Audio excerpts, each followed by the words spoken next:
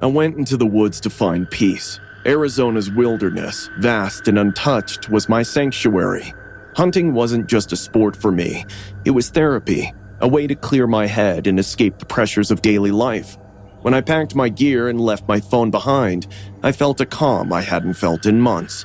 No deadlines, no distractions, just me and the forest. By the time I set up camp, the sun was sinking behind the dense canopy. The crackle of my fire was the only sound in the stillness. The stars shone brighter here, untainted by city lights, and the solitude wrapped around me like a warm blanket. But something about the forest felt different. That first night, I dreamed of whispers, low and slurred, like voices spoken through water. I woke up many times, drenched in sweat, but saw nothing. The next morning, I shook it off and headed deeper into the forest. A hunter's instincts don't leave room for fear. Hours passed before I saw it, a weathered, dirt-caked shoe, half buried in the soil. At first, I thought it was just trash. Then, I noticed the bone. It was a foot, still partially wrapped in rotting leather. The flesh had decayed long ago, leaving nothing but skeletal remains. My stomach churned as I crouched down, digging cautiously around it. The earth revealed more bones, leg bones, a spine, fragments of a skull. My hands shook as I realized what I'd stumbled upon. I told myself it had to be an old tragedy, maybe a lost hiker from years ago. That explanation didn't sit right, but it was enough to keep me moving. By midday, I found another body, or what was left of one. A forearm dangled grotesquely from a tangle of roots, its fingers curled as if frozen mid-scream. Nearby, a skull rested on a rocky outcrop, its hollow eyes watching me. My rational mind broke apart as the realization hit me. This wasn't a place of accidents. It was a graveyard, and whoever put these remains here wasn't done. The smell followed me back to camp, a rank, rotting stench that clung to my clothes, my skin, my hair. It didn't matter how far I walked, the scent lingered. That night, as I lay in my tent, the whispers returned. They were louder now, distinct but incomprehensible. It wasn't the wind, it wasn't animals, it was voices. That night, I was finishing dinner when I heard footsteps. They weren't like mine, cautious and light.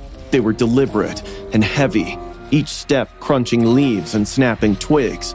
I killed the fire and crouched low, gripping my hunting knife. My breath came shallow as the steps circled my camp. Then they stopped. Minutes dragged by. My muscles burned from staying still. Then I saw movement, a shadow flitting between the trees. A man stepped out into the clearing, dragging 2 large black trash bags. He wore a dark hoodie pulled low over his face. The bags he carried leaked something wet and black, and the air grew thick with that same rotting stench. I watched in frozen horror as he began digging. His movements were methodical, practiced like he'd done this 100 times before. He muttered to himself, low and angry, words I couldn't make out. When he opened the first bag, the pale glint of human flesh spilled out. I couldn't look away. Then I stepped on a branch. The man's head snapped up, and his muttering stopped. He turned slowly, his face still obscured by the shadows. "Who's there?"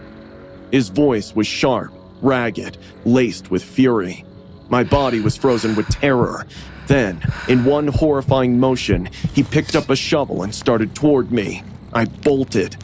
The forest exploded around me as I ran, branches slashing at my face and arms. His shouts echoed behind me, closer than they should have been. I could hear his boots pounding against the dirt, the shovel scraping against roots as he chased me. My lungs burned, and my legs screamed for rest, but I didn't dare stop. I glanced back once and saw him, not 20 feet behind me, his hood fallen back to reveal wild, sunken eyes and a face twisted in rage. I tripped, hitting the ground hard.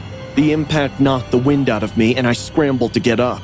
He was almost on me, the shovel raised high, ready to strike. But then a sound split the air, a distant truck horn on the highway. It was enough. He froze, his head snapping toward the noise. At that moment, I lunged to my feet and kept running. I didn't stop until I reached my truck. I fumbled with the keys, bloodied and shaking, and barely managed to shove them into the ignition. The engine roared to life, and I tore down the dirt road, tires kicking up dust. I didn't look back. When I reached the police station, I told them everything. They didn't question me. The look in their eyes told me they'd heard similar stories before, but none had lived to tell them. The Walter Harold Mitchell case gained attention in December 2020 when human remains, including severed body parts, were discovered in multiple locations near Prescott, Arizona, by some hunters on a hunting trip. Investigators traced the remains to a single victim and identified Mitchell, 59, as the suspect. He had owned a business dealing with cadavers for medical research, but reportedly transported body parts after closing his company in Washington state. Mitchell was accused of improperly discarding the remains in the Arizona wilderness. He was arrested and charged with multiple counts of abandoning or concealing a dead body. The case highlighted ethical concerns in the handling of human remains. Hello, I'm Susan Kousen. I was 51 years old when it happened. September 6, 2006 was a normal day. Just another shift at the hospital. Just another evening alone in my house in Portland, Oregon. I had worked a long, chaotic shift at the ER. It wasn't unusual. Patients flooding in.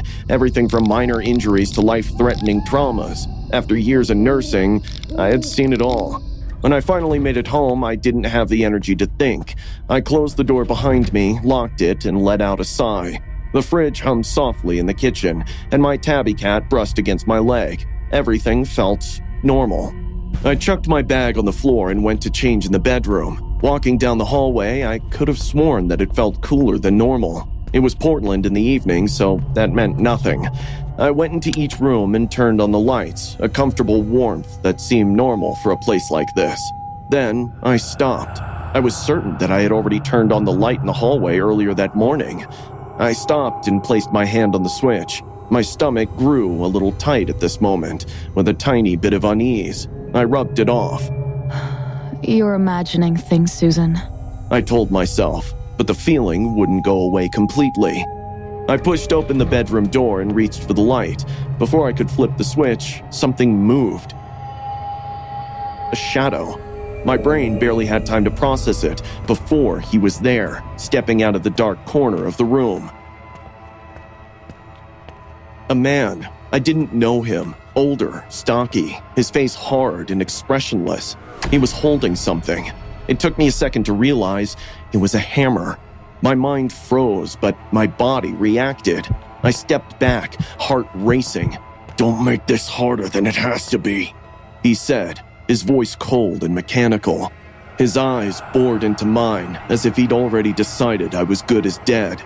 Instinct kicked in. I screamed and he lunged. The hammer swung toward me and I dove just in time. The air whooshed past my head as the weapon smashed into the wall. Plaster flew everywhere, and I stumbled back, adrenaline surging through me.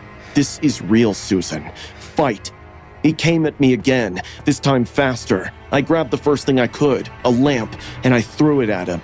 The base shattered against his shoulder, but he barely flinched. His expression twisted with frustration, and I realized he wasn't just here to scare me. He was here to kill me. I dashed into the living room, my feet sliding on the hardwood floor. He was right behind me, his footsteps heavy and relentless. I could feel the heat of his rage, his presence consuming the space. He swung the hammer again, and I dodged, grabbing a chair and hurling it at him. It barely slowed him down. What do you want? I shouted, my voice shaking, but I already knew the answer. He didn't want money or valuables. He wanted me dead. We struggled and he crashed into me like a freight train. I felt myself fall to the ground. His hands went around my neck. I scrabbled with everything, scratched and clawed and kicked. Years of nursing made me strong, and I put every ounce of it into surviving. In the scramble, my hand found the hammer. I wrested it from his grasp. A jolt of adrenaline gave me a power I wasn't aware I had, and I swung it at him. His face twisted in amazement. The first hit stunned him. He was on his knees in the second. He wouldn't stop. Even with blood dripping from his face, he thrust himself at me once again. I shrieked, the mix of fury and fear somehow forming something primeval in me. I struck again, and this time he fell. His body slammed to the floor with a horrific crack. The house grew quiet, except for my panting. I backed up, shaking, bleeding, and barely able to stand. My hands fumbled for the phone and I called 911, gasping out what had happened. The dispatcher's voice was calm, but I could hear the urgency in their tone. Help was on the way. It was only then that I learned the entire truth. The man was a hitman for hire. And who hired him? My ex-husband, Michael. I couldn't process it at first. The man I loved, the man I had built a life with, had tried to have me murdered. But in the end, his plan failed. I fought, I survived, and my attacker never left my house alive. In 2006, Susan Kousen, an ER nurse from Portland, Oregon, fought off and killed an attacker hired by her estranged husband to murder her.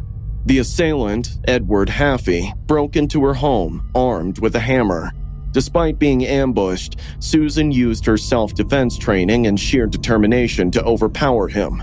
In the struggle, she managed to choke Haffey to death. The investigation revealed that her husband, Michael Kousen, had orchestrated the plot. He was later convicted and sentenced to prison. Susan's bravery and quick thinking turned a life-threatening attack into a story of survival and resilience. Never in my wildest dreams I thought I'll lose my brother too soon. Kennedy was the joy of our family that kept us together. It all began one evening as Kennedy came downstairs clutching his throat. "It feels like something is stuck inside," he croaked. He was pale and small droplets of sweat beaded on his forehead. Mom, always a worrier, advised him to gargle with salt water and rest. Over the next few days, things began to shift. At first, it was subtle. He stopped cracking jokes, his usual humor replaced by a strange silence. He spent hours locked in his room, refusing to come out even for meals. When Mom knocked to check on him, his replies were curt and cold. "I'm fine." Then one night, I heard him muttering. I was heading to the kitchen for water when I heard whispers coming from Kenny's room. The door was half ajar and I peeked in without hesitation. Kennedy was standing there looking at the ceiling, then suddenly looked at me with wild, red-shot eyes. "You shouldn't be here," he said, hollow as an empty shell.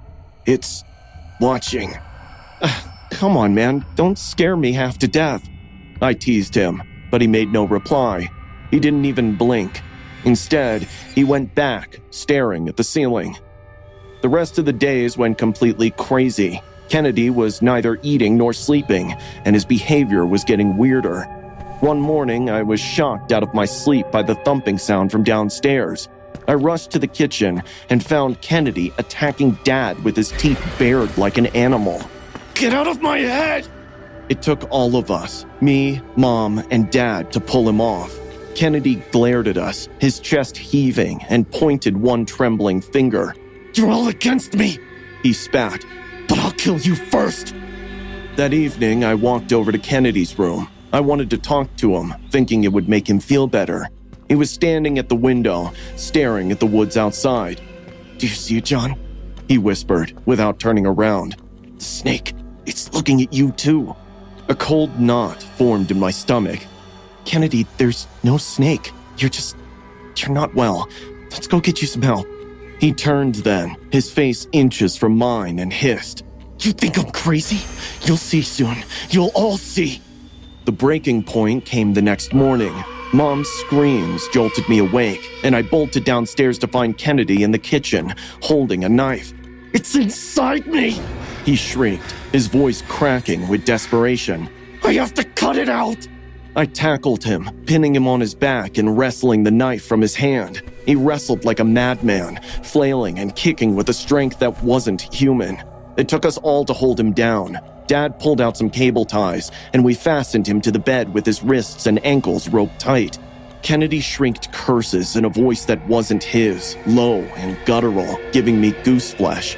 I wanted to take Kennedy to the hospital to make him go see a doctor, but some of our relatives suggested otherwise.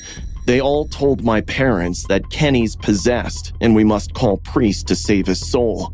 When Priest arrived and sprinkled holy water, Kennedy let out a laugh that wasn't his. It was deep, guttural, and mocking.